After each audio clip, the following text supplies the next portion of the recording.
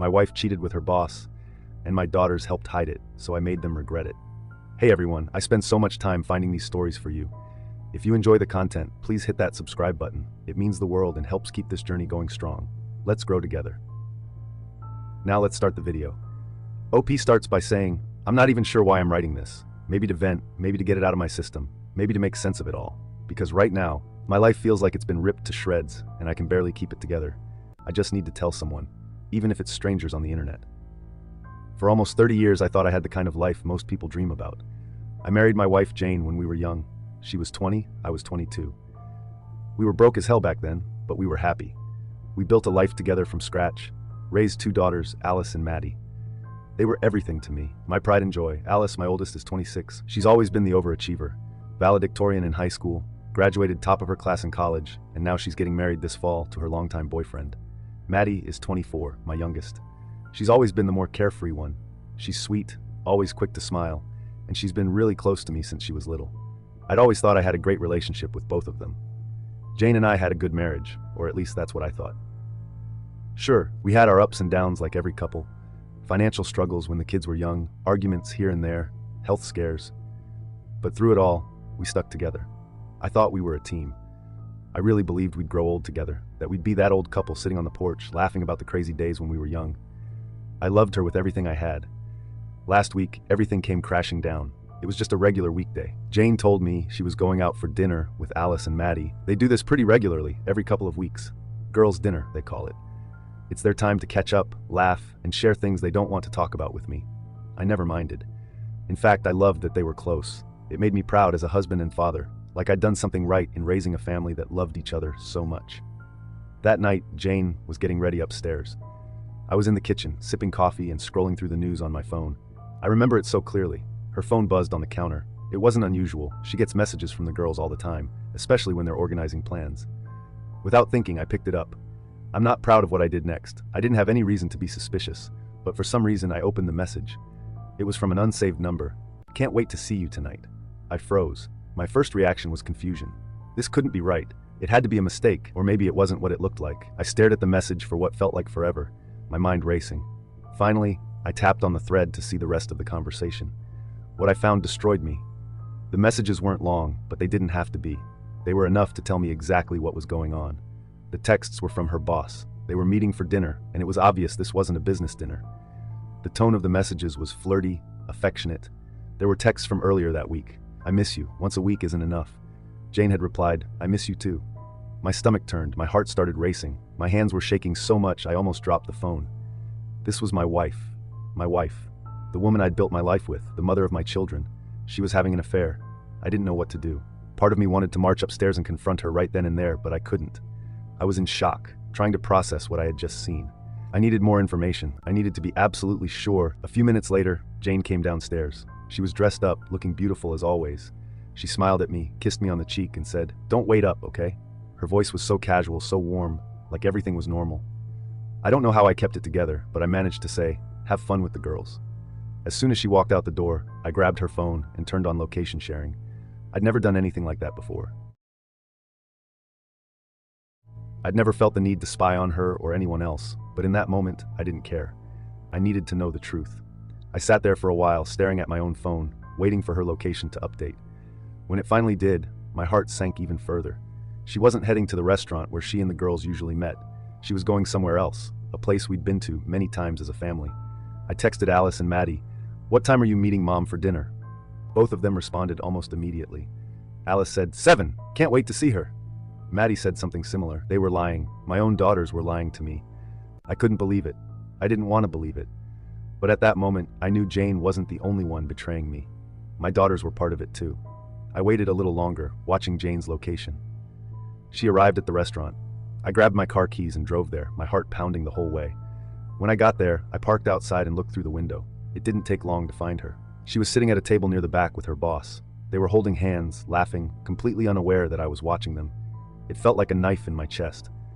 I pulled out my phone and snapped a picture of them. I don't even know why I did it. Maybe to prove to myself that it was real, that I wasn't imagining things. Then I drove away. As I sat in my car, staring at the picture of my wife with another man, I felt a wave of emotions. Anger, sadness, disbelief. I didn't know what to do. I didn't know how to face her, how to confront her. So I didn't. Not yet. Instead, I opened our family group chat and sent the picture. Just the picture, with a simple caption, "Glad you're enjoying girls' dinner." Then I turned off my phone and drove to my brother's house. I didn't want to deal with the fallout yet. I couldn't. I wasn't ready. That night, I lay awake in my brother's guest room, staring at the ceiling, trying to understand how my life had fallen apart so quickly. I'd always thought of myself as a good husband, a good father, but now I wasn't so sure. Everything I thought I knew about my life, my marriage, my family, felt like a lie. I didn't go home that night. I couldn't. After I sent that photo in the family group chat and turned off my phone, I drove aimlessly for a while before finally pulling into my brother's driveway. It was late, but he let me in without asking too many questions. He could tell something was wrong, though. I guess it was written all over my face. I didn't tell him the full story then. I just said I needed a place to crash for the night.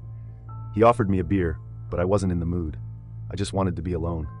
I spent the night on his couch, staring at the ceiling, unable to sleep. My mind was racing, trying to process everything that had happened in the past few hours. I kept replaying the moment I saw them together in the restaurant. The way Jane smiled at her boss, the way they leaned in close to each other, holding hands like two teenagers in love. It made me sick. How long had this been going on? How had I been so blind? And then there was Alice and Maddie, the way they lied to me so casually like it was nothing. I raised them to be honest, to have integrity. Yet here they were, helping their mother cover up an affair. It felt like a betrayal on a completely different level. The next morning, I finally turned my phone back on. It immediately lit up with notifications. Texts, missed calls, voicemails. Jane had called me dozens of times. Alice and Maddie had texted me as well. I didn't have the strength to read everything at once, so I skimmed through. Jane's messages were what I expected. "Please call me. I can explain. It's not what you think. We need to talk." I didn't listen to her voicemails. I couldn't bring myself to hear her voice. I knew it would just make me angrier as messages hit differently. She sent me wall after wall of texts, apologizing profusely. "Dad, I'm so sorry. I never should have lied to you. I hate myself for what I did. Please don't hate me.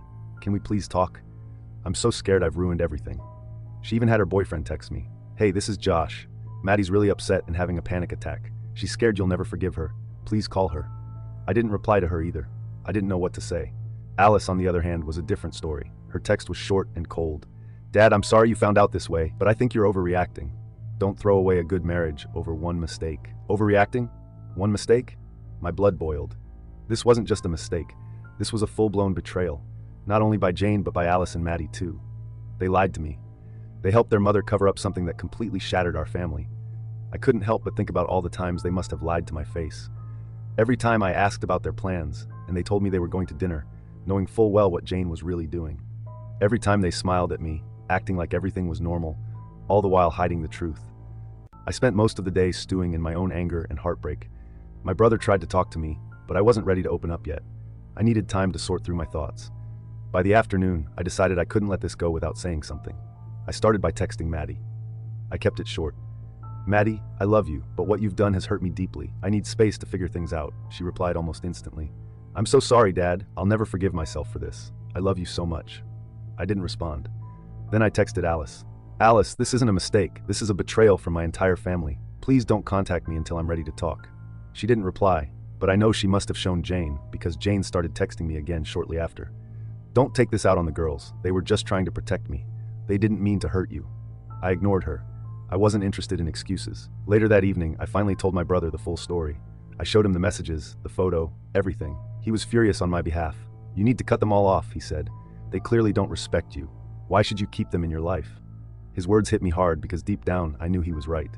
But cutting off my daughters, that was a step I wasn't sure I could take. That night, I started thinking about the next steps. I knew my marriage to Jane was over. There was no coming back from this. I didn't even want to try. But what about Alice and Maddie? Could I ever trust them again? Could I ever look at them the same way, knowing what they did? I decided I needed time to think, time to process, time to figure out how to move forward. But one thing was certain, my life as I knew it was over. The fallout didn't just hit like a bomb. It lingered, a slow, suffocating burn. By the time I got back to my brother's place that evening, I wasn't angry anymore. I was numb. Every emotion I had felt earlier, the rage, the disbelief, the heartbreak, had given way to a dull, crushing weight in my chest. It was like the life I had built, the one I thought was rock solid, was crumbling, and all I could do was watch. The first thing I noticed when I turned on my phone was the silence. For all the notifications and missed calls earlier in the day, now there was nothing new. No more frantic texts from Maddie, no follow-ups from Alice. No voice messages from Jane. It was like they realized I wasn't going to respond and gave up. Or maybe they were regrouping. Who knows? Either way, the quiet was unsettling. The silence gave me time to think, and that wasn't a good thing. When the anger was gone, all that was left was the hurt. The questions that kept swirling in my head like a tornado. How long had this been going on? How many times had Jane lied to my face? Did Alice and Maddie ever feel guilty about what they were doing? Or was this all just normal for them? Betraying their father to protect their mother? I sat down with my brother that night and laid it all out for him. He didn't say much while I was talking, just listened. I told him about finding the texts on Jane's phone, the lies from Alice and Maddie, the picture I took of Jane with her boss at the restaurant, and the family group chat bomb I dropped before disappearing. When I finished, he leaned back in his chair and shook his head. "That's messed up," he said. "I don't even know where to start. I mean, I always thought Jane was a little, too polished. But I didn't think she'd do something like this. And the girls, man, I don't know, it's low." It was a relief to hear someone else say it out loud to confirm that I wasn't overreacting or losing my mind. But it didn't make it any easier. My brother was furious on my behalf, which helped in the moment. But the truth was, I didn't need his anger. I had plenty of my own. What I needed was clarity, a way forward. I had none. The next morning, I decided to stop wallowing and start doing something. The first step was getting my finances in order. I couldn't think about the emotional side of things if I didn't protect myself first. I spent most of the day canceling joint accounts, moving money into a separate account Jane couldn't touch, and locking down anything that might be at risk during the divorce. I wasn't going to let her use my grief as an opportunity to blindside me. But it wasn't just about Jane. As I went through my accounts, I couldn't stop thinking about all the money I had spent, or was planning to spend, on Alice's wedding. Tens of thousands of dollars, gone. All for a daughter who had looked me in the eye and lied, who had helped her mother betray me. The thought made me sick. I made a mental note to talk to my lawyer about it. Maybe I couldn't get that money back, but I sure as hell wasn't going to pay another cent. By the afternoon, I was ready to take the next step. I called a lawyer. Well, several lawyers, actually. My brother had recommended I meet with a few before choosing one, so I spent the rest of the day sitting in offices, retelling the story to strangers who were trying very hard to act professional while clearly judging the situation. By the end of the day, I had picked someone. She was tough, smart, and most importantly, aggressive. I told her I wanted this to be as clean and quick as possible, but I also wanted to make sure Jane didn't walk away with anything she didn't deserve. The lawyer reassured me, saying she'd handled plenty of cases like this before. That didn't make me feel any better, but at least I felt like I was in good hands. That night, as I sat alone in my brother's guest room, I started to think about what I wanted to say to Jane. I hadn't confronted her yet. I'd been avoiding it, partly because I didn't trust myself to stay calm, and partly because I didn't want to give her the satisfaction of explaining herself. What could she possibly say that would make any of this okay? But I knew I couldn't avoid her forever. At some point, I'd have to face her, and when I did, I wanted to be ready. I didn't want to get sucked into her excuses or her tears. I needed to stay focused, to remind myself why I was doing this. I wrote down everything I wanted to say, every question I wanted to ask, every point I wanted to make. I didn't know if I'd actually use it, but writing it down helped. It made me feel like I had some control, like I wasn't just a victim in all of this. The hardest part, though, was thinking about Alice and Maddie. I hadn't spoken to them since sending those texts, and I didn't know if I could. How do you talk to your daughters after finding out they've been lying to you for months? How do you even begin to rebuild that trust? I wanted to believe that Maddie's apologies were sincere, that she was truly sorry for what she'd done. But how could I trust that? How could I trust anything she said after what I discovered? And Alice, her cold, dismissive response had shattered me. I always knew she was closer to Jane, but I never thought she'd side with her mother in something like this. It felt like she'd made her choice, and it wasn't me. That night, I made another decision. I wasn't going to reach out to them. If they wanted to fix this, they'd have to come to me. I wasn't going to chase after them, begging for their forgiveness or their explanations. They made their choices, and now they'd have to live with the consequences. As I lay in bed, staring at the ceiling again, I felt a strange sense of calm. For the first time since discovering the affair, I didn't feel completely lost. I had a plan. It wasn't much, and it wouldn't fix everything, but it was a start. I was done being the victim. From now on, I was going to take control. After 2 days of sitting in my brother's guest room, dodging calls and sorting through my emotions, I decided it was time to face Jane. Avoiding her wasn't going to change anything, and I had things I needed to say, things she needed to hear. I texted her late that night. "We need to talk." "Tomorrow at 10 a.m. at the house," she responded almost immediately. "I'll be there. Please, just let me explain." Explain what? What was there to explain? I wasn't interested in excuses or half-hearted justifications, but I didn't reply. I figured I'd save it for when we were face to face. The next morning, I got up early and drove to our house. As soon as I walked through the door, I was hit with a wave of nostalgia and bitterness. This was our home, the place where we built a life, raised our kids, celebrated birthdays, anniversaries, and holidays.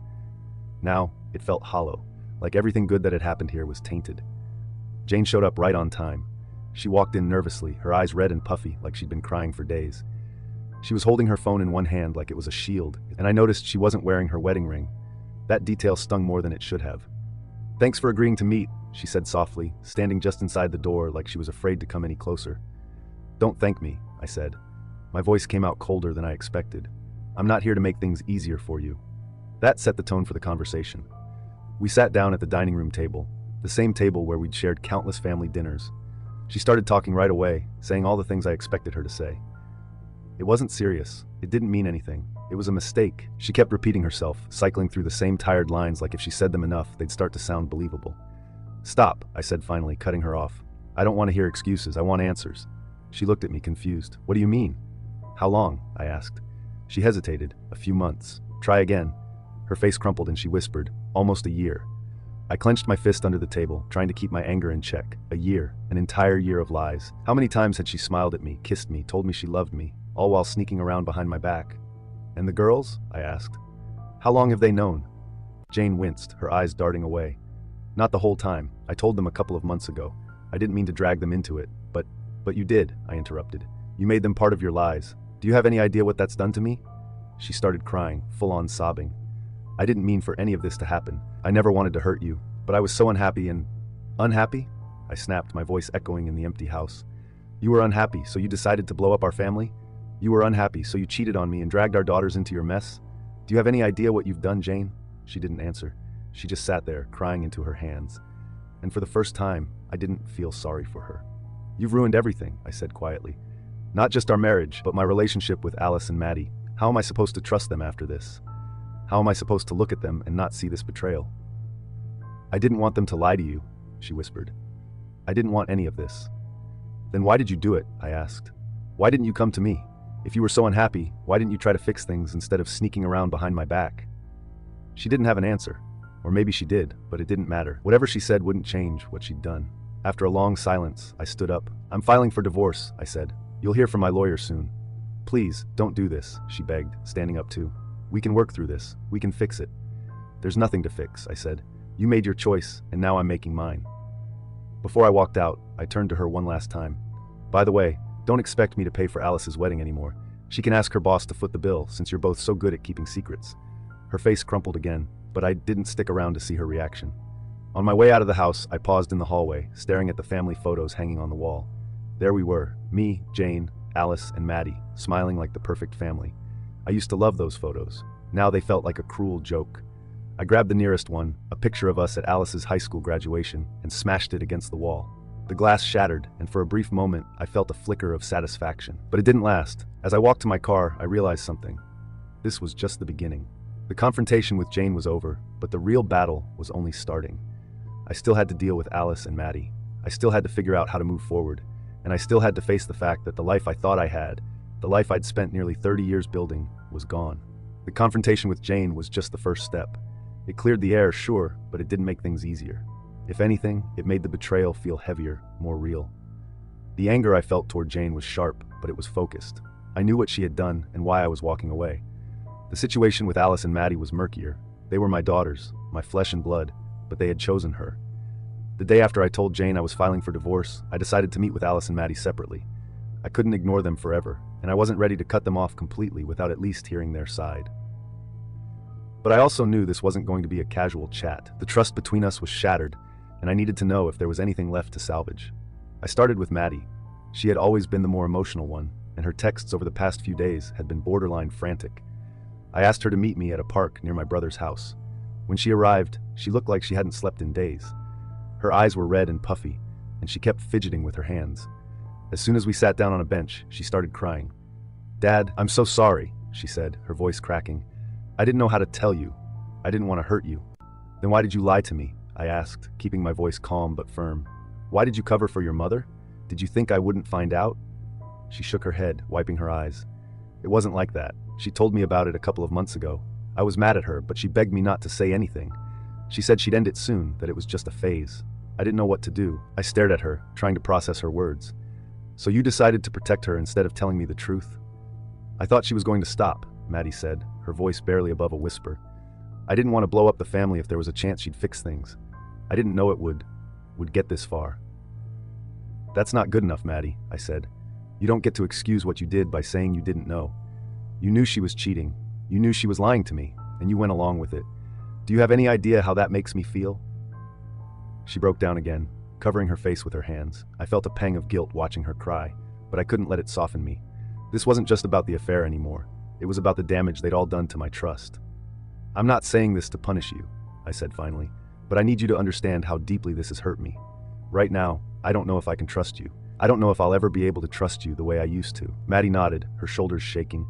I'll do anything to fix this, Dad. Anything. Just tell me what to do. I didn't have an answer for her. I told her I needed time and left. My meeting with Alice was a completely different story.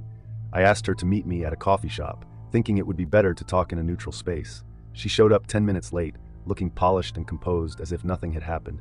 That alone rubbed me the wrong way. Thanks for meeting me, she said as she sat down. I didn't waste any time. Alice, why didn't you tell me about your mother's affair? She sighed, leaning back in her chair. Dad, I didn't want to get involved. It's between you and Mom. I thought it was better to stay out of it. Stay out of it? I repeated, my voice rising. You didn't stay out of it, Alice. You lied to me. You covered for her. That's not staying out of it, that's choosing a side. I wasn't choosing sides, she said defensively. I was trying to keep the peace. I didn't want to make things worse. Worse for who? I asked. For me or for your mother? She didn't answer, which told me everything I needed to know. Alice, you're an adult, I said. You're getting married soon. If your fiancé did to you what your mother did to me, would you want everyone around you to lie and protect him? Or would you want someone to stand up and tell you the truth? That's different, she said, looking annoyed. Mom made a mistake. It doesn't mean you have to throw everything away. Her words hit me like a slap in the face. A mistake? Is that what you think this is? It is a mistake, she said firmly. People make mistakes, Dad. You don't have to burn everything to the ground because of one bad choice. One bad choice? I repeated, shaking my head. Do you even hear yourself? This wasn't a bad choice. It was a betrayal. By your mother, by you, by Maddie. And you're sitting here acting like I'm overreacting. I'm not saying that, she said quickly. I just think you're being too harsh. You're hurt, I get that. But you'll regret cutting us out later. We're your family. Family doesn't lie to each other, I said.